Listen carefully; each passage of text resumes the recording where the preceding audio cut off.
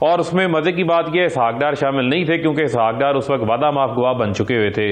ان کا آپ کو پتا ہے کہ ایک اسٹامپ پیپر بھی جو ہے وہ ٹی وی کی زینت بنتا رہا ہے. ان کا نام نہیں تھا شامل لیکن ان کا نام شامل تھا اور بہت سارے لوگوں کا نام شامل تھا. اب اس کے اوپر جب پہلا این آر او ملا, جب یہ سرور پیلس پہنچے سعودی عربیہ مشرف سے این آر او لے کے, اس کے بعد جو ہے اس کے اوپر دلچسپی کا اظہار نہیں کیا. وہ ادارہ جو ہے وہ اپنی ڈیمیجز کلیم کرنے کے لیے, اپنے پیسے کلیم کرنے کے لیے 2009 میں پیپلز پارٹی کی حکومت کے دوران جو ہے وہ آربیٹریٹر کے پاس چلا جاتا ہے. 2016 میں نون لیگ کی حکومت ہوتی ہے, سلمان بٹ ان کے اٹارنی جنرل ہوتے ہیں, وہ فیصلہ آ جاتا ہے. 2018 میں یہ جب ان کی پی ایم ایل این کی حکومت ہوتی ہے تو یہ طے ہو جاتا ہے کہ کتنی رقم دینی ہے اس کو. اس کے خلاف ہماری حکومت اس فیصلے کے خلاف اپیل پہ جاتی ہے کہ ہم کیوں ان کو جو ہے وہ پیسے دیں, جس کے اوپر برطانیہ کی آپ کو پتہ ہے ان کے قوانین ہیں. انہوں نے ایک فیصلہ کیا اور یہاں سے پیسے جو ہے وہ ادا کر دیے گئے جو اس وقت کے نیب نے معاہدے کیے تھے. یعنی موجودہ نیب کے کسی اتھارٹی کے کسی افسر نے کوئی معاہدہ نہیں کیا تھا, لیکن اس کو جب ایک وکٹری کلیم کیا گیا تو وہ حقائق کے برعکس تھا, جھوٹ تھا, بالکل اسی طرح جھوٹ تھا جیسے قطری خط ایک جھوٹ کا پلندہ ثابت ہوا, اسی طرح ایک جھوٹ تھا جیسے کہا گیا تھا میری لندن میں کیا, میری پاکستان میں کوئی پراپرٹی نہیں ہے. پھر اس سے بڑی بات جو سامنے آئی کہ ان کو بھی وہ کہتے ہیں, انکشاف کرتے ہیں کبھی مساوی کہ مجھے 25 ملین پاؤنڈ کی آفر کر کے جو ہے 25 ملین پاؤنڈ یا 25 ملین ڈالر کی رقم جو ہے ہم سے بھی این آر او لینے کی کوشش کی گئی. ہمیں بھی کہا گیا کہ آپ رک جائیں, آپ تحقیقات جو ہیں وہ نہ کریں. اور وہ جوڑتے ہیں کہ میاں صاحب کا کوئی عزیز ہے, رشتہ دار ہے, اور بے شمار ان کے, آپ کو پتہ ہے ان کا 70% خاندان تو جو ہے وہ باہر ہی بیٹھا ہوا ہے کیونکہ وہیں منی لانڈرنگ کی ہوئی ہے, وہیں پر جو ہے وہ سارے ان کے جو ال گاٹن ویلتھ ہے وہ وہیں پہ موجود ہے. تو اس کی بنیاد کے اوپر پھر وہ ماضی یاد آ جاتا ہے کہ میاں صاحب نے ہی اس ملک کے اندر پیسے لینے کا آغاز کیا تھا مہران بینک کیس میں. میاں صاحب نے چھانگا مانگا کا میلہ لگایا, میاں صاحب نے بی ایم ڈبلیو دی, جنرل آصف نواز مرحوم کے بھائی نے کتاب میں لکھا, میاں صاحب نے کوئٹہ بینچ پہ بریف کیسز چلائے, میاں صاحب نے حدیبیہ پیپر مل کا جو بینیفیشری ہیں وہ کیسز میں نے نہیں بنائے تھے, وہ چوری منظور صاحب کے رحمان ملک نے بنائے تھے. وہی کیسز کے خلاف نیب جو ہے وہ اپیل پہ نہیں گیا تھا سپریم کورٹ, آپ کو یاد ہوگا. تو یہ ہمیشہ این آر او لینے کے لیے دھونس, دھاندلی اور روپے کا استعمال کرتے ہیں, اور جو اس سے نہ بکے اس کو راستے سے ہٹا دیتے ہیں. چودھری صاحب, یہ آپ نے سنا ان کی باتوں کو,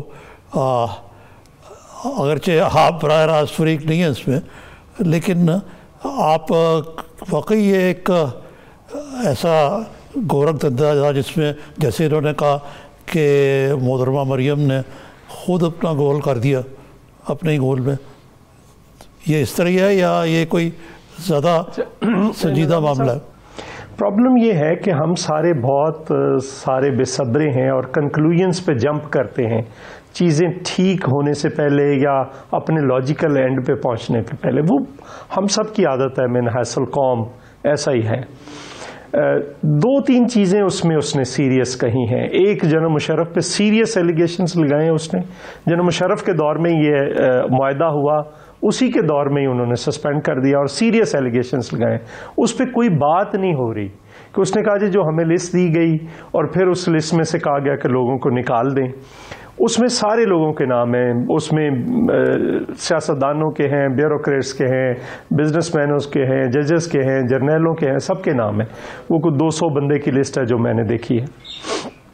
یہ دیکھنا پڑے گا کہ یہ کس کس کے نام اس وقت جنرل مشرف نے کہا نکال دیں, وہ کون لوگ تھے, کیوں کہا گیا. جس کے بعد انہوں نے کہا جی کہ پھر ہمارا تو کوئی رول ہی نہیں ہے, جس کے بعد ان کا معاہدہ سسپینڈ کر دیا گیا, اس کے خلاف وہ اپیل میں چلے گئے. پھر 2 سیریس الزامات ہیں. ایک, انہوں نے کہا جی کہ کوئی انجم ڈار نامی بندہ ہے, اس نے ہمیں رشوت آفر کرنے کی کوشش کی, اور دوسرا ہم سے برائب مانگنے کی کوشش کی گئی موجودہ حکومت کے ایک بندے نے. انہوں نے کہا کہ ہم آپ کو پیمنٹ کر دیتے ہیں تو آپ 80% خود رکھ لیں, 20% ہمیں دے دیں. یہ 2 سیریس ایلیگیشنز ہیں اس کے, جس پہ جنرل مشرف کے متعلق سیریس ایلیگیشنز ہیں, اور یہ 2 سیریس ایلیگیشنز ہیں. یہ موجودہ حکومت سے برات یہ والی حکومت ہے. دوسرا انہوں نے کہا جی کہ ابھی ایک اسی حکومت کے ایک بندے کی بات کی ہے نا, جی جی. اور میرا خیال ہے اب تو کل انٹرویو میں کہا، لیکن میرا خیال ہے اب اس نے نام بھی آج کوئی لے دیا ہے، شہزاد اکبر صاحب کا، یا پتہ نہیں کسی کا نام لیا ہے، مجھے ایگزیکٹ نہیں پتا، میں ایسے بات کروں گی وہ غلط ہو جائے گا، لیکن کسی کا نام لے دیا ہے. دوسری میری گزارش یہ ہے کہ انہوں نے کہا کہ ہمیں ابھی ایک اور اکاؤنٹ کا پتہ لگایا ہے جس میں پتہ نہیں، پہلے تو اس نے کہا کہ بلینز آف ڈالرز، پھر اس نے کہا کہ $1 بلین تھا، تو وہ کم از کم پتہ کیا جائے کہ وہ کون سا ہے اور کہاں سے پیسے گئے اور کیا نہیں گئے. تو یہ ساری چیزیں ایسی ہیں، اگر اس کی بات کو بلیو کرنا ہے تو پھر اس کو بھی بلیو کر لیا جائے کہ اس نے کہا کہ عمران خان جو ہے یہ ایک بہت بڑی مایوسی ہے، ایک بالکل ایک اور کرپشن کے فرنٹ سے لے کر کسی جگہ پہ کوئی کام نہیں یہ کر رہے، صرف باتیں کر رہے ہیں، تو اس کو بھی پھر بلیو کر لیا جائے. جی جی. رہی بات کرپشن کی جو ابھی آج بات کی ہے، اس کے دو پہلو ہیں، میں صرف ایک فکرہ صحیح. اس کے دو پہلو ہیں. ایک یہ ہے کہ انٹرنیشنل ٹرانسپیرنسی کی رپورٹ دیکھ لیں، وہ کیا کہتی ہے، ہم 117 سے 120 پہ چلے گئے. دوسرا عام بندے سے پوچھ لیں، اگر اس پہ اعتبار نہیں تو عام بندے سے پوچھ لیں، کیا فیصل آباد کے اندر فاروق حبیب صاحب کے یا میرے قصور کے اندر تھانوں میں، کچہریوں میں، تحصیلوں میں، پٹوار خانے میں، بلدیہ میں، LDA میں، CDA میں یہ رشوت کم ہوگی ہے یا زیادہ ہوگی؟ کسی سے پوچھ لیں، وہ ہر بندہ آپ کو بتا دے گا. یعنی رشوت یہاں پہ بھی زیادہ ہوگی ہے، انٹرنیشنل کمیونٹی بھی، ایجنسی بھی کہہ رہی ہے، اور پھر یہ جو اس نے تو سیدھے الزامات لگا دیے. اب ان تینوں چاروں چیزوں پہ بالکل اس پہ کرنی چاہیے، فاروق صاحب تحقیقات ہونی چاہیے. یہ دیکھیں انہوں نے جو بات کہی ہے، یہ اور جو یہ براڈ شیٹ کے سربراہ کے انٹرویو کے اور انکشافات کے حوالے سے، تو آج جو خان صاحب نے تو بہت دو مواقع پہ تقریریں کی ہیں، اور یہ بھی بتایا کہ ایک کمیٹی بن گئی ہے بین الوزارتی کمیٹی. وہ کیا کرے گی؟ دوسرے یہ ہے کہ یہ بڑا سنگین الزام ہے کہ اس حکومت نے بھی کٹ مانگی، اگرچہ انہوں نے نام لیا ہے لیکن وہ کہہ رہے ہیں کنفرم نہیں ہے. تو یہ اگر آپ باقی لوگوں کو کہہ رہے ہیں، اشرفیہ اور نواز شریف، تو پھر تو آپ کو کیا کہتے ہیں پنجابی منجی تلے بھی ڈانگ پھیرنی چاہیے. پہلے تو اس کا آپ بندوبست کریں، چیریٹی ویگنز ایٹ ہوم. سر دیکھیں بات یہ ہے کہ پھر ہم آپ کو جو بات کہتے ہیں، آج آپ ایک سینیریو آپ کے سامنے ہے، آپ یہ ابھی عوام کی بات کر رہے تھے. جب یہ عوام کی بات کرتے ہیں تو مجھے اس وقت یاد آتا ہے کہ یار آج عوام کا ایک دم درد کیسے جاگ گیا. یہ عوام کا درد اس وقت کیوں نہیں جاگا پیپلز پارٹی میں جب 2013 سے 2018 تک نون لیگ کی حکومت تھی؟ چینی 140 روپے تک گئی، پیٹرول کا بحران آیا، کئی بحران آئے ان کے دور کے اندر، ایون پاناما کا اتنا بڑا کیس آیا کہ پیپلز پارٹی جو ہے وہ عدالت میں ایک دن نہیں گئی، اور جس دن فیصلہ آیا جو میچ نہیں کھیلا اس کا کپ لینے پہنچ گئے تھے. اس وقت تو کوئی لانگ مارچ نہیں تھا، اس وقت تو عوام کی کوئی بات نہیں ہو رہی تھی، کیونکہ اس وقت مساکے جو ہے وہ کرپشن ہوا تھا. اب آپ آ جائیں، یہ میں نہیں کہہ رہا، یہ کونڈا لیزا رائس کی جو کتاب ہے نا، جس کو انہوں نے کسی جگہ چیلنج نہیں کیا، اس نے کہا ہوا کہ میں نے بے نظیر بھٹو مرحومہ کی یعنی پیپلز پارٹی کی مشرف کے ساتھ ڈیل کروائی تھی، NRO کروایا تھا، جس کے تحت وہ پاکستان واپس آئی تھیں، جس کے تحت ان کے بھی کیسز ختم ہوئے، بہت سارے لوگوں کے اور کیسز ختم ہوئے. آج جو بھی PDM کا یہ جو سٹیج سجا ہوا ہے، جس میں کبھی فضل الرحمان صاحب آپ کو الگ تھلگ آج کل نظر آ رہے ہیں، یہ الگ تھلگ آپ کو نظر آ رہے ہیں، اس کا مقصد ہی جو ہے وہ ایک اور NRO ہے. تو اگر آپ لوگوں نے کرپشن نہیں کی ہوئی، کوئی کیسز نہیں ہیں، میں اسی طرف آ رہا ہوں، آپ کے سوال کی جانب آ رہا ہوں، تو پھر جو ہے وہ شور کس چیز کا ہے؟ اب جو مساوی نے آگے بات کی ہے، مساوی نے تو آگے کوئی نئی بات نہیں کی، اس نے وہی باتیں کی ہیں جو آلریڈی اسٹیبلشڈ ہیں.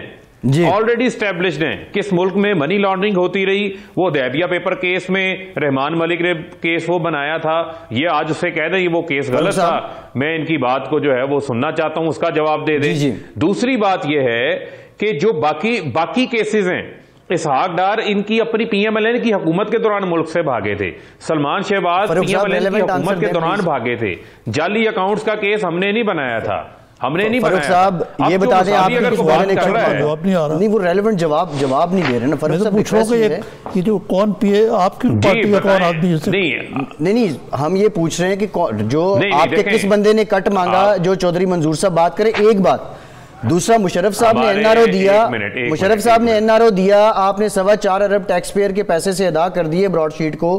کیا مشرف صاحب کو بھی اس میں فریق بنائیں گے جو آپ کی کمیٹی تحقیقات کر رہی ہے کہ انہوں نے NRO کیوں دیا تھا اور یہ نقصان قوم کے خزانے کو؟ دیکھیں یہی تو ہم بات کہہ رہے ہیں. ایک پہلی بات تو کلیئر کر لیں کہ ہماری گورنمنٹ کا اس کے ساتھ معاہدے کے ساتھ کسی قسم کا کوئی تعلق نہیں ہے، نہ ہم نے کسی قسم کا جو ہے وہ کوئی کٹ مانگا. یہ کوئی فیس طے نہیں ہوئی تھی، یہ ایک معاہدہ تھا جس معاہدے کے تحت یہ اس وقت ڈیسائیڈ ہوا تھا، جس کو نہ PMLN نے اپنی حکومت میں دیکھا نہ پیپلز پارٹی نے دیکھا، کیونکہ یہ خود ملوث تھے. اس میں یہ طے ہوا تھا کہ جو پراپرٹی پکڑی جائے گی اس کا 20% آئے گا. اب جب پاکستان کی عدالت نے A1 فیلڈ کا فیصلہ کیا کہ یہ پاکستان کی پراپرٹی ہے اور اس کو پاکستان کے ساتھ اٹیچ کیا جائے، وہی کیس لے کے ادھر چلے گئے کہ جناب یہ آپ کی پراپرٹیز ہیں، یہ آپ ہمارا پرانا معاہدہ تھا، یہ آپ ہمارے حوالے کر دیں. اس کو واپس لیا جس کی عوض اس وقت کے کیے ہوئے معاہدوں کو انٹرنیشنلی قوانین کے آپ باؤنڈ ہیں، جو انٹرنیشنل عدالتوں کے فیصلے ہیں، اس کی مد میں جو ہے وہ آج آپ کو پیسے ادا کرنے پڑے.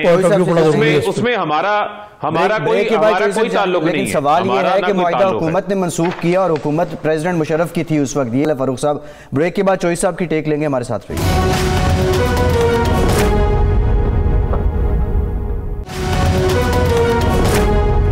بریک کے بعد ایک بار پھر سے آپ کو پروگرام میں خوش آمدید کہیں گے. چوئی صاحب، بریک سے پہلے فاروق صاحب کی بات آپ نے سنی، خیر اس پہ آپ ہی کمنٹ کر سکتے ہیں جو انہوں نے پوائنٹ ریز کیا ہے. دوسرا یہ PDM سے متعلق مولانا نے آج کہا ہے کہ اداروں کی بالادستی ہم نہیں چاہتے.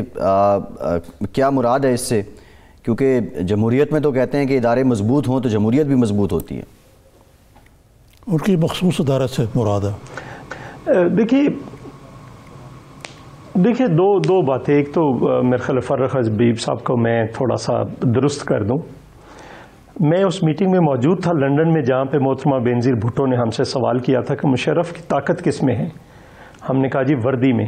تو انہوں نے کہا پہلے مجھے وردی اتروانے دیں اس کی. اور محترمہ بینظیر بھٹو نے انٹرنیشنل اسٹیبلشمنٹ سے نیگوشیٹ کیا، اس کی یونیفارم اتروائی اور اس کے بعد اس کو جانا پڑا. ایک بات. دوسری بات، ہم نے نہیں مانگا تھا کوئی رائے، ہم کہہ رہے تھے کہ یہ جھوٹے کیسز ہیں. انہوں نے خود دیے. ذرا چوئی شجاعت حسین صاحب کا، آپ کے اتحادی، ان کا انٹرویو سن لیں کہ یہ تو پیپلز پارٹی کیا مانگ رہی تھی کہ سیکنڈ ٹرم جو 3rd ٹائم پرائم منسٹرشپ ہے اس کا خاتمہ کر دیں. تو چوئی شجاعت صاحب نے کہا کہ پھر اس کا مطلب وہ تو وزیر اعظم بن کے آئے گی پاکستان، تو آپ اس کو یہ نہ دیں، آپ یہ کر دیں. وہ سٹک ہوا سارا جو کیسز کا تھا. پھر ایک کیسز جو پاکستان پیپلز پارٹی کا موقف تھا کہ جھوٹے ہیں، وہ عدالتوں نے ثابت کیا اور سارے عدالتوں سے فارغ ہوئے. باقی بھی 8000 لوگ تھے، ان کا تو کوئی ذکر نہیں ہے. دوسری بات، ہمیں فکر ہے لوگوں کا. ہم نے تنخواہوں میں اضافہ کیا تھا 135%، 100% پینشن میں اضافہ کیا تھا، باقی ساری چیزیں بھی کی تھی. ہم نے کسانوں کو 1000 ارب روپیہ دیا تھا، اس اکانومی کو چلایا تھا. اس وقت بھی کووڈ کی طرح عارف نظامی صاحب کو یاد ہوگا 2008 کے اندر عالمی بحران آیا تھا جس میں ساری دنیا کی معیشتیں بیٹھ گئی تھیں، لیکن پاکستان نے اس معیشت کے اندر سے $19 ارب سے لے کر $26 ارب تک ایکسپورٹس بڑھائی تھی. یہ سارا کچھ پیپلز پارٹی کی گورنمنٹ نے کیا تھا. $150 پر بیرل پہ تیل تھا، ہم نے سارا پاس آن نہیں کیا تھا. آپ آج پاس آن کر رہے ہیں. آپ کا جو اس وقت بجلی کا خسارہ ہے وہ کوئی 2000 ارب سے اوپر آپ کے دور کا ہو گیا ہے. آپ کیا بات کر رہے ہیں؟ آپ کو تو کوئی چیز آپ کر نہیں پائے. رہی بات یہ کہ اگر براڈ شیٹ کے اس نے اونر نے کچھ کہا ہے تو وہ حکومت کے متعلق بھی کہا ہے، حکومت وضاحت کرے، بین الوزارتی کمیٹی بنے گی. یہ ایسے ہی جیسے چینی پہ کمیشن بنے گا، فورنزک آڈٹ کی رپورٹ آئے گی، فلاں آئے گی، فلاں آئے گی. کدھر ہے؟ باقیوں کو شہباز شریف کو بھی گرفتار کر لیا، حمزہ کو بھی کر لیا، وہ رمضان شوگر مل میں اومنی والے بھی جیل میں پڑے ہیں، اور ان کے وہ فورنزک آڈٹ کمیشن اور سارے وہ موجیں کرتے پھرتے، اور پھر چینی مہنگی کرتے پھر رہے ہیں. کوئی پوچھنے والا نہیں ہے. ان کے ارد گرد دیکھیں کون سی کرپشن کا خاتمہ کیا ہے. چینی کے اسکینڈل پہ کیا کیا، آٹے کے اسکینڈل پہ کیا کیا، دوائیوں پہ کیا کیا، تیل پہ کیا کیا، BRT پہ کیا کیا، معلم جب پہ کیا کیا انہوں نے، خیبر بینک پہ کیا کیا، فیک سٹوڈنٹس پہ کیا کیا. کوئی ایک کیس انہوں نے کسی منطقی انجام تک کسی ایک کی گرفتاری ہوئی ہے؟ بالکل نہیں. رہی بات یہ جو مولانا صاحب نے کہا ہے، دیکھیں ہم یہ کہتے ہیں کہ اس ملک میں اصل آئین اور قانون کی حکمرانی ہونی چاہیے، بالادست وہ ہے، اس کے تحت سارے اداروں کو کام کرنا ہے، جو ادارہ اس کے مطابق نہیں چلے گا وہ غلط کر رہا ہے۔ ہمارا تو بڑا سادہ سا موقف ہے پیپلز پارٹی کا، یہ ہم 1977 سے کہتے آ رہے ہیں اور آج تک کہہ رہے ہیں۔ اس کے لیے ہمیں کبھی پھانسیاں دی جاتی، کبھی قیدیں، کبھی کوڑیں، کبھی جیلیں، کبھی کچھ، کبھی بموں سے اڑایا جاتا ہے، لیکن ہم اپنی بات کہتے رہیں گے جب تک اس پہ امپلیمنٹیشن اور عمل درآمد نہ ہو جائے۔ ہم کو سیزنل نہیں ہے، یہ مشرف کے دور کی بات نہیں کریں گے، نہ مشرف کے متعلق، چونکہ یہ ایکسٹینشن ہے اس کی، یہ موجودہ حکومت ایکسٹینشن ہے مشرف کے پیریڈ کی۔ جی ٹھیک ہے۔ اچھا فاروق صاحب، یہ ویسے بات میں نے بھی نوٹ کی ہے کہ جہاں مشرف کی بات آتی ہے وہاں کوئی انہیں ہاتھ نہیں لگاتا، لیکن جو سیاسی مخالفین ہیں ان کے خلاف مقدمات کی بربار کر دی جاتی ہے۔ حالانکہ مشرف صاحب دبئی میں ہیں، لیکن پھر بھی اصولی طور پہ جو چیزیں ہیں ان کو پوائنٹ آؤٹ کر کے مقدمہ تو کوئی درج ہونا چاہیے نا اس حوالے سے۔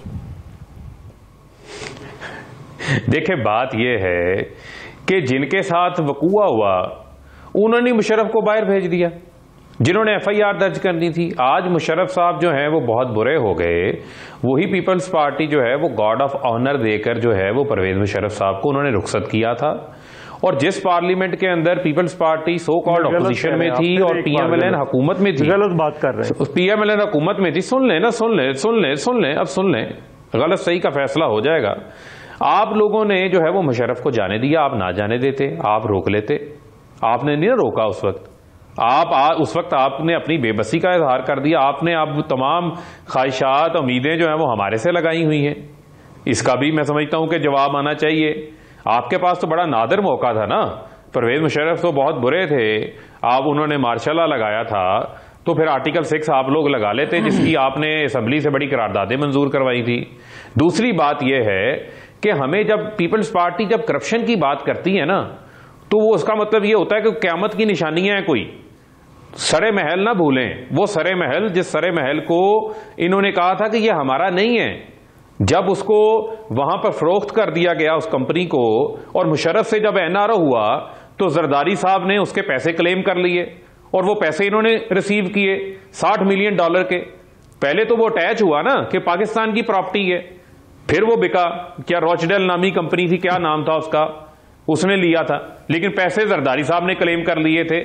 تو ہمیں یہ نہ بتائیں کہ کس طریقے سے جو ہے وہ آپس میں دونوں جماعتیں مل کے ایک دوسرے کو جو ہے وہ این آر او دیتی رہی ہیں، کس طریقے سے این آر او کے ذریعے قوم کا نقصان ہوتا رہا ہے، عوام کا نقصان ہوتا رہا ہے۔ اب تو صرف رونا دھونا یہ ہے کہ اب ان کو این آر او نہیں مل رہا۔ ایف اے ٹی ایف کے بل کے دوران وہ جو 35 سکے لے کر آئے تھے، اس سے مجھے آپ بتا دیں کہ کون سا نیب کا ادارہ مضبوط ہونے جا رہا تھا، کون سا احتساب کا عمل مضبوط ہونے جا رہا تھا۔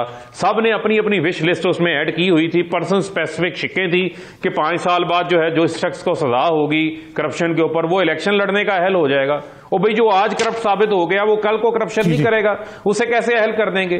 اس قسم کی جو ہے وہ آئین سے متصادم شکیں جو ہیں وہ وش لسٹ لے کر آئے تھے۔ یہ ہمیں زبانی یاد ہو گیا فاروق صاحب، فاروق صاحب یہ زبانی یاد ہے، ہمیں آگے کی بات زبانی یاد ہے۔ یہ بھائی حقائق ہیں، آپ کی پارٹی کے خلاف آپ ہی جواب دیں، میں کیا سوال کروں؟ نہیں، میں صرف ایک گزارش کرنی کہ دیکھیں فرق حبیب صاحب چھوٹے بھائیوں کی طرح ہے، لیکن اپنا ذرا نالج اپڈیٹ کر لیں۔ ہم نے کوئی گارڈ آف آنر نہیں دیا تھا، ایک فوج نے اپنے سابقہ آرمی چیف کو گارڈ آف آنر دیا تھا، اور اس وقت پریزیڈنٹ قائم مقام صدر تھے، یہ جو ابھی ان کے منسٹر ہیں چیئرمین سینٹ ہوتے تھے، آپ کو تو یاد ہے، میاں محمد سومرو صاحب، جی ٹھیک ہے، وہ قائم مقام صدر تھے۔ ہمارا تو پرائم منسٹر بھی اس گارڈ آف آنر میں نہیں دیا گیا تھا۔ اگر پرائم منسٹر جاتا تو آپ کہتے جی پرائم منسٹر نے جا کر گارڈ آف آنر، آپ لوگوں نے حلف نہیں لیے تھے، یہ غلط العام چیزیں ہیں۔ آپ بات سن لیں نا، آپ بات سن لیں، اسی مشرف سے حلف لیے، چونکہ غلط العام چیزیں ہیں اور وہ سنی سنائی باتوں کو ریپیٹ کرتے ہیں، نالج ہے کوئی نہیں، پتہ ہے کوئی نہیں۔ وہ فوج نے اپنے سابق سربراہ کو گارڈ آف آنر دیا، اس میں پیپلز پارٹی کہاں سے آ گئی؟ ایک بات۔ دوسری بات، وہ میاں نواز شریف کے دور میں باہر گئے، ہمارے دور میں باہر نہیں گئے۔ تیسری بات، اب مجھے یہ بتائیں کہ میں کوئی پرسنل بات نہیں کرنا چاہتا جیسے یہ کرتے ہیں. چلو آپ بتا دیں علیمہ خان کا سورس آف انکم کیا ہے ان فلیٹس کو, دیکھ لیں مختلف ہے. چلو آپ بتا دیں نا, ابھی فیصلہ کر لیتے ہیں, ابھی فیصلہ کر لیتے ہیں, ابھی فیصلہ کر لیتے ہیں. ایک منٹ چلو فیصلہ ابھی فیصلہ کر لیتے ہیں. نہیں آپ دیکھیں نہیں, گمراہ نہیں نہ کرنا. دیکھیں علیمہ خان اب آپ حوصلہ رکھیں نا. نہیں اب آپ حوصلہ رکھیں نا. دیکھیں علیمہ خان کا میں سمجھ گیا ہوں کوشچن. نہیں انہوں نے کہا کیس ایک ہے. ایک منٹ میں اس پہ بھی آ رہا ہوں, سورس آف انکم پہ بھی آ رہا ہوں. دیکھیں بات یہ ہے, وہ کیس سپریم کورٹ کے اندر چلا. سپریم کورٹ نے وہ تمام سورسز بھی دیکھے, وہ رسیدیں بھی دیکھی. سپریم کورٹ نے جو انہیں جرمانہ کیا وہ اس بنیاد کے اوپر کیا کہ آپ نے وہ اپنا اثاثہ یہاں ڈکلیئر کرنا تھا. اب وہ جسٹس قائد فائز عیسیٰ کی بیگم ہے. عمران خان تو اس وقت اقتدار میں نہیں تھے. ایک منٹ عمران خان تو سن تو لینا, عمران خان تو اقتدار میں نہیں تھے. عمران خان وزیر اعظم تھے. ایک منٹ جب وہ فلیٹس بنا, ایک منٹ جب وہ فلیٹ بنا, عمران خان جو ہے نہیں وہ سب وزیر اعظم تھے. نہیں یہی تو ایشو ہے. اختیارات کا استعمال تو ایشو ہے. اقتدار میں آ کے پیسہ بنانا تو ایشو ہے. کیا یہ پیسے اس وقت نہیں بنے جب اقتدار میں تھے؟ آپ کیا بات کرتے ہیں؟ اس ملک کا وزیر اعظم رہا ہو, اس ملک کا صدر رہا ہو. نہیں یہ کرپشن کیسے نہیں کیسے کر لی کرپشن؟ آپ ایک منٹ صاحب بتائیں کیسے کرپشن کر لی جب وہ کسی سرکاری عہدے پہ نہیں تھے. ایک منٹ آپ مجھے کرپشن کی ڈیفینیشن بتائیں. نہیں ایک منٹ چوہے صاحب, آپ مجھے کرپشن کی ڈیفینیشن بتائیں. مجھے ذرا بتائیں کیا ڈیفینیشن. میں بتا دیتا ہوں. نہیں کرپشن کی ڈیفینیشن بتائیں. کرپشن کی ڈیفینیشن بتائیں. آپ سورس آف انکم بتا دیں, میں کرپشن کی ڈیفینیشن بتا دوں. میں سورس آف انکم بتا دوں تو آپ ڈیفینیشن بتائیں. کرپشن کی ڈیفینیشن بتا دیں. وہ تو بتائیں. وہ تو اپنا ان کا ہوم ٹیکسٹائل کا, ان کا اپنا ہوم ٹیکسٹائل کا اپنا بزنس ہے. ہر چیز ان کی ڈکلیئرڈ ہے. اور نہیں چوہے صاحب آپ کے پاس سورس ہوتا تو آپ جو ہے وہ این آر او لیتے نا. یہ میں نہیں کہہ رہا, یہ صاحب کا لیزا رائس کہہ رہی ہے. آپ کرپشن کی بات بتائیں نا. ٹھیک ہے فاروق حبیب صاحب, آپ کرپشن کی ڈیفینیشن بتائیں. اب آپ صبر کر لیں. آپ کرپشن کی ڈیفینیشن بتائیں. اب آپ صبر کر لیں. اب آپ کرپشن کی ڈیفینیشن کوئی آپ نے سورس آف انکم ہی نہیں بتایا. میں اب آپ صبر کر لیں. جو حاکم علی زرداری ہیں نا, میاں نواز آصف علی زرداری کے والد حاکم علی زرداری, ان کا 1968 میں کینز کے اندر بنگلہ تھا. اب کیا بات کرنے بیٹھ جاتے ہیں ان کا. چلیں ٹھیک ہے چوئی صاحب, چوئی منظور صاحب بہت شکریہ آپ کا. فاروق حبیب صاحب بہت شکریہ آپ کا. نہ کرپشن آئی اور نہ ہی سورس سے متعلق بات کی فاروق صاحب نے. ایک بریک لیتے ہیں اور بریک کے بعد ذرا پی ڈی ایم کی جو منزل ہے اس میں روڑے کہاں سے اٹکائے جا رہے ہیں, کیا کوئی اپنا ہی ہے یا کوئی باہر سے ہیں؟ بریک کے بعد بات کرتے ہیں.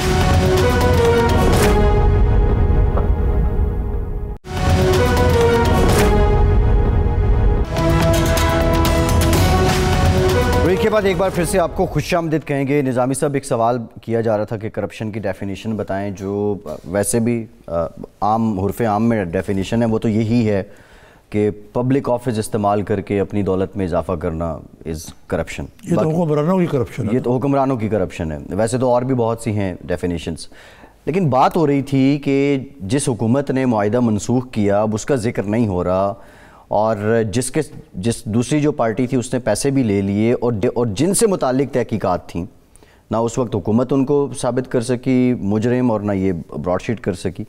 اب وہ ساری جو ہے وہ بات ان پہ آ رہی ہے. یہ کیا ہے؟ جسٹ اے پولیٹیکل اینگلنگ ہے؟ میرے خیال ہے براڈ شیٹ کا بھی اہلیت کا معاملہ بھی ہے. میں تو نہیں جانتا کہ کتنے کوالیفائڈ ہیں اور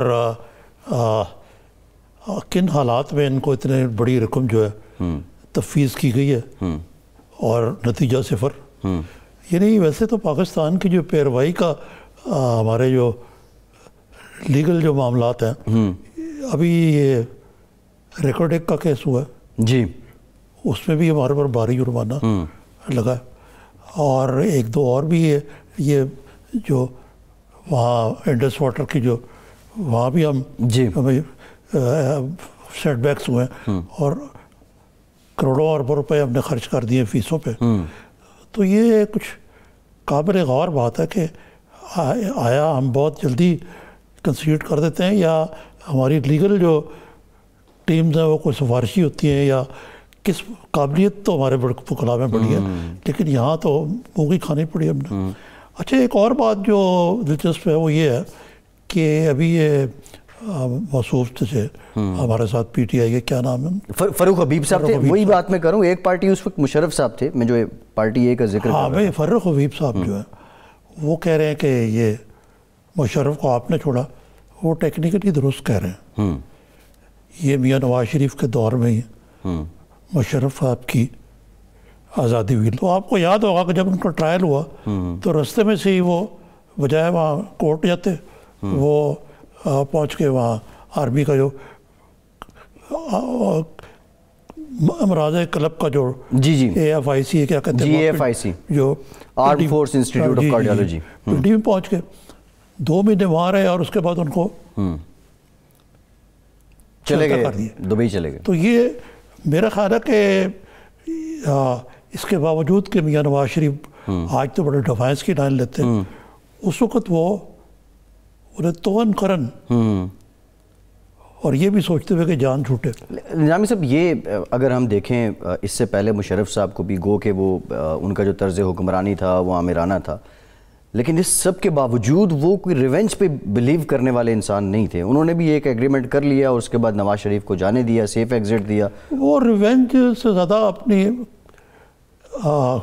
ریئل پالیٹک یعنی حقیقت پسند تھے، تو انہوں نے کہا کہ یہ یہاں پہ یہ شور شرابہ کرتے رہیں گے، 10 سال کے لیے چلے جائیں۔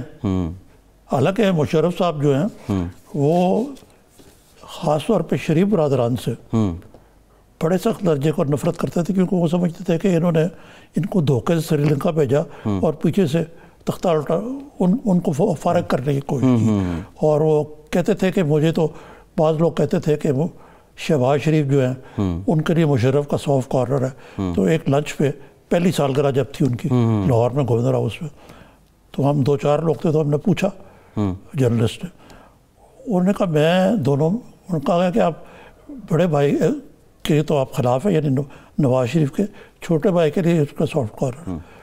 مشرف صاحب نے کہا نہیں میرا کوئی نہیں، یہ ایک ہی تھیلی کے چٹے بٹے۔ وہ گڈ کاپ بیڈ کاپ، ویسے وہ ریئلسٹک اور دور اندیش آدمی ہیں مشرف صاحب۔ خیر ایک بریک لیتے ہیں، بریک کے بعد جب واپس آئیں گے تو گزریں گے۔ خواجہ آصف صاحب بھی نیب کے روبرو پیش ہوئے ہیں اور اس دوران ہوا کیا، یہ بریک کے بعد آپ کو بتاتے ہیں۔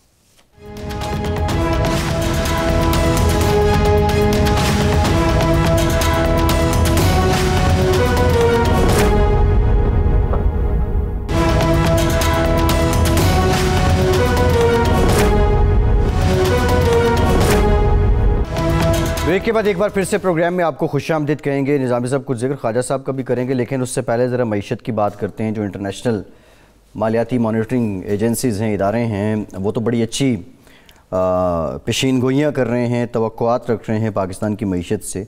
موڈیز کہتا ہے رواں سال جو جی ڈی پی ہے وہ مائنس سے اب 1.5 پہ آ جائے گی اور 2022 تک یہ 4.4 پہ چلی جائے گی۔ فچ نے بھی اسی کو انڈوس کیا ہے، وہ بھی اس بات سے ایگری کر رہے ہیں کہ مستحکم ہو رہی ہے معیشت۔ بٹ کویسچن، عام لوگوں کی زندگی پہ اثر کیوں نہیں آ رہا؟ نہیں، موڈیز نے جو بنیادی بات کہی ہے نا، وہ ہے بینکنگ سیکٹر جو ہے ہمارا، وہ اس کی آؤٹ لک مستحکم ہے۔ اس کا مطلب ہے کہ بینکس کے پاس لیکویڈیٹی ہے، جو اور انہیں اس کو خوش آئند قرار دیا، لیکن لیکویڈیٹی ہے۔ سوال ہے کہ اس لیکویڈیٹی سے فائدہ کیوں نہیں اٹھایا جا رہا، سیکٹرز کھولے کیوں نہیں جا رہے، کھل کیوں نہیں رہے، لوگ انویسٹ کیوں نہیں کر رہے۔ لیکن انشاءاللہ یہ بہتر ہوگا اگر باقی آؤٹ لک بہتر ہے، موڈیز کو مثبت رپورٹ دے رہا ہے تو یہ اچھی خبر ہے، اس میں یقیناً ہمیں اطمینان کا اظہار کرنا چاہیے۔ لیکن نظام صاحب کچھ تو ابھی اقدامات کیے ہیں گورنمنٹ نے، جس طرح ہاؤسنگ کو لے کے فلیٹ انہوں نے ریٹ کر دیے ہیں، 5 مرلے کے، 7 مرلے کے، 5 نہیں ہاؤسنگ پہ ہے۔ پھر دیکھیں نا انہوں نے پوری کنسٹرکشن انڈسٹری کو رعایت دی ہے، اس کا بھی کوئی مثبت اثر پڑے گا۔ انٹرسٹ ریٹ نیچے لائے ہیں، ٹیکسٹائل کو سہولیات دی، انٹرسٹ ریٹ نیچے اتنا آ گیا کہ اب شاید اوپر کرنا پڑے کسی مرلے پہ، تو یہ مثبت اشارت ملتے ہیں. پھر جو ڈیمانڈ کرو دیکھ رہے ہیں مثلا کہ موٹر وہیکلس کی ہر قسم کی مانگ بڑی ہے. اور نظامی صاحب یہ کیا معاملہ, ریٹ بھی بڑھ رہے ہیں, مانگ بھی بڑھ رہی ہے؟ نہیں, پھر مانگ بڑھنے کا مطلب ہے کہ کوئی جان تو ہے نا اکانومی میں. نہیں, پھر ہم کہہ رہے ہیں قوم غریب بھی ہے, ادھر سے گاڑیاں بھی دڑا دڑ خرید رہے ہیں. نہیں, وہ جو دوسرا پہلو ہے نا وہ بڑا پریشان کن ہے. اور وہ جو ہے روزمرہ کی بڑھتی ہوئی مہنگائی, بے روزگاری, اکانومی کا شرنک ہونا, اور اس کے باوصف جو ورلڈ بینک کی رپورٹ ہے کہ جی ڈی پی گروتھ جو ہے آپ کی 0.5% رہے گی, اس کے ہوتے ہوئے اس کا مطلب ہے کہ اکانومی سکڑتی جا رہی. تو یہ خاصا یہ دوسرا لمحہ فکری ہے کہ عام آدمی جو ہے اس کی زندگی جیرن ہوتی جا رہی ہے. بجلی کے ریٹ بڑھ رہے ہیں. ابھی یہ اندیا دیا گیا کہ ان قریب IMF سے معاہدہ بھی ہو جائے گا. ٹوٹا ہوا نا, آپ کو معلوم ہے, ایک ہی قسط ملے گی, دوسری قسط ملے گی, اس سے کوئی سہولت بھی ہوگی. لیکن IMF نے جس چیز کے لیے روکی ہوئی ہے, مثلا سرکولر ڈیٹ دگنی ہوگی, آج بھی ذکر جی جی جی جی نیپرا کے لیے ریفارمز ہیں, پاور اور ڈسٹریبیوشن کی جو بات ہوئی ہے وہ ہے, سبسڈیز کی بات ہے. تو یہ خاصا مشکل میں ہے حکومت جو ہے. لیکن نظامی صاحب دیکھیں, یہ اگر بائی بک دیکھا جائے, مان لیتے ہیں اکانومی از گوئنگ گڈ اور یہ اقدامات دور رس ہیں, لگ بھی رہے ہیں, لیکن جو سیاست ہوتی ہے, حکمرانی ہوتی ہے عوام کے جذبات پہ, وہ جذبات جو بدل رہے ہیں اس کے لیے کیا حکومت کی اسٹریٹجی, جس طرح آج بھی ترجمانوں کے ساتھ میٹنگ کی پرائم منسٹر نے اور یہ ٹاسک دیا کہ براڈ شیٹ والے معاملے پہ اب جا کے ٹاک شوز میں آپ بتائیں لوگوں کو, یہ اسٹریٹجی کیا سینٹیمنٹ کو بیلنس کر رہی ہے؟ میرا نہیں خیال کہ بیلنس کر رہی ہے. آج جو انہوں نے تقریر کی, انہوں نے کہا کہ قوم کو اپنی سوچ بدلنے کی ضرورت ہے. مطلب ہے یہاں یہ کوئی جسٹیفیکیشن نہیں ہے. بدقسمتی سے ہر ایک شعبے میں کرپشن جو ہے نا وہ سرایت کی ہوئی ہے. اور پرائم منسٹر نے آج درست کہا کہ یہ جو جس طرح انہوں نے شوکت خانم پہ یہ پیپر لیس ڈیجیٹل, تاکہ کوئی گنجائش ہی نہ رہے کرپشن کی. لیکن اب دیکھیں نا, بات یہ ہے کہ ایک طرف کرپشن ہے, دوسری طرف جسٹیفیکیشن بھی دی جاتی ہے جی کہ کسی کا اپنی تنخواہ میں کو گزارا ہوتا ہے. بہت مشکل ہے. اچھا, آج امریکہ میں مواخذے کی کارروائی شروع ہو گئی ہے. جی, مواخذے کی کارروائی, اور وہ جو مائک پینس ہیں وہ تھوڑے انکاری ہیں اس معاملے پہ. انکاری نہیں, وہ انہوں نے جو 25th امینڈمنٹ ہے اس کے تحت یعنی کہ چھٹی کر دینی. اب ہوگا یہ لوڑا لمبا پروسیس ہے, ظاہر ہے ہاؤس آف ریپریزنٹیٹو میں تو امپیچ ہو جائیں گے. سینٹ ابھی جب انہی کے پاس ہے, ریپبلکنز کے پاس ہے. نہیں, سینٹ اب ریپبلکن کے پاس تھی ہے. سینٹ یہ جو تاریخی الیکشن ہوا ہے اس کے بعد اب ڈیموکریٹ کے پاس ہے سینس میں کہ جو کاسٹنگ ووٹ ہے وہ نائب صدر کا ہوتا ہے برابر کی. لیکن نظام صاحب 2 اسٹیٹس میں بائی الیکشنز ابھی رہتے ہیں, وہ میرے ہو گئے نا بھائی. نہیں, میرے خیال ابھی اس میں اگر ان کے ریزلٹس آ گئے پھر تو جی جارجی اور جی جی جی بالکل ہو گئے ہوئے. اچھا نظام صاحب, یہ جو ہو رہا ہے کیا یہ کہیں ایسے ایک پلان کیا جا رہا ہے, یہ جو امپیچمنٹ کی ساری موو ہے کہ ٹرمپ صاحب نے ایک بہت فالٹ لائن تو کریٹ کی ہے امریکن سسٹم میں, اور دوبارہ کہیں یہ کسی اور, کیونکہ یہ بھی سننے میں آ رہا ہے کہ سب سے پہلے تو جو آپ نے فالٹ لائن بات کی نا, جی جو وہاں ہوا ہے دیکھیں گے امریکی کتنے وائلنٹ ہو چکے ہوئے ہیں. جو وہاں ہوا ہے آپ پاکستان میں بھی تصور نہیں کر سکتے. یس ٹھیک ہے نا. اگرچہ پاکستان میں پیرلل ہے, جب جسٹس سجاد علی شاہ نواز شریف کا پیچھا نہیں چھوڑ رہا تھا تو پی ایم ایل والوں نے سپریم کورٹ پہ دعویٰ بول دیا. یس, لیکن اس دعوے کا اور اس کا کوئی موازنہ تو نہیں ہو سکتا. یعنی 5 آدمی جو ہیں, 5 لوگ جو ہیں اس سارے سانے میں یا اس کے نتیجے میں ہلاک ہوئے. اور جس طرح وہ لوگ آرم تھے اور جس طرح انہوں نے توڑ پھوڑ کی, اکھاڑ پچھاڑ کی, تو یہ ایک بہت بڑا امریکی جمہوری نظام پہ ہے ایک دبا. اور سوال ہے, ٹرمپ جیسے ٹاکسک آدمی کو جی یہ ان کو یقیناً یہ جو آپ کہہ رہے ہیں اس میں کوئی صداقت ہو سکتی ہے. یہ بالکل اسی طرح ہے کہ جس طرح یہاں پہ آپ کیا وہ جس کے تحت آپ نے میاں نواز شریف کو اور سب کو لائف کے لیے ڈسکوالیفائی کر دیا, اس سے ملتی جلتی چیز ہے. جی اچھا نظامی صاحب, یہ سوال بنیادی طور پہ میں آپ سے یہ کرنا چاہ رہا تھا, پاکستان یا ترقی پذیر ممالک، اس میں اگر یہ اس طرح کے ایونٹس ہوتے ہیں تو امیر غریب کا فرق بہت ہے، معاشرتی تقسیم بہت زیادہ ہے. امریکہ میں اس طرح فرق بھی نہیں، اس طرح معاشرتی تقسیم بھی نہیں. اور اگر ٹرمپ کے حامی اس روش پہ چل پڑے ہیں تو پھر یہ ماننا پڑے گا کہ ٹرمپ نے جس تعصب یا انتہا پسندی کی بنیاد رکھی تھی اب وہ پروان چڑھ چکی ہے. کویسچن از دس، جو بائیڈن اس کی اینٹی اپروچ لے کے بیلنس کر سکتے ہیں یا کوئی درمیانہ راستہ نکالنا پڑے گا؟ دیکھیں وہ بات یہ ہے کہ وہاں پہ بڑی تک پولرائزیشن، لیکن ٹرمپ الیکشن ہار گیا لیکن اس نے کو 50% ووٹ لیے. یس، اس کے ایڈمائرر ہیں وہ لوگ جنہوں نے ووٹ دیا، اس کو پسند کرنے والے لوگ ہیں جنہوں نے ووٹ دیا اس کو، اور وہی لوگ ہیں جنہوں نے دعویٰ بھی بولا. تو امریکی سوسائٹی جو ہے بہت سخت پولرائزڈ ہے. یہی تو سوال ہے نا. اب جو بائیڈن صاحب، اچھا یہ کیا جو امپیچمنٹ کی موو ہے، جو بائیڈن جو ہے وہ بہتر حکومت دے کے ہی کر سکتے ہیں نا. اب لیکن عجیب بات ہے کہ ٹرمپ کے ہوتے ہوئے اکانومی جو ہے ان کی بڑی اچھی رہی ہے، یہ بات نہیں ہے.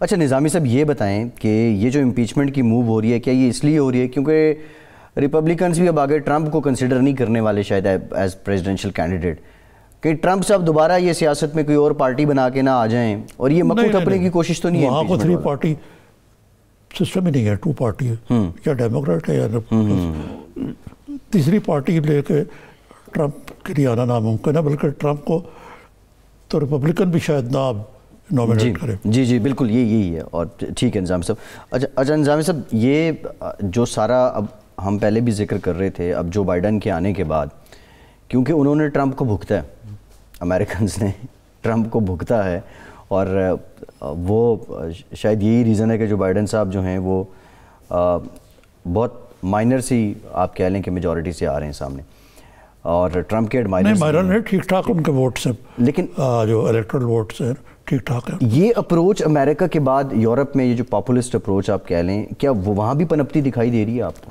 نہیں، پنپتی دکھائی نہیں دے رہی. یہ ایک دنیا میں ایک نیا رجحان جو ہے نا، کہ پہلے تو ہے نا ایک طرف تو ہے جس طرح یہ کمیونسٹ دنیا میں، ایسٹ یورپ وغیرہ میں جو حکمران ہوتے تھے وہ آ کے بیٹھ جاتے تھے، الیکشن بھی ایسی ایک کورک دندہ ہی ہوتا تھا، کمیٹیز نے کر لیا. اب دنیا میں الیکٹڈ آمر جو ہیں، جس طرح یہ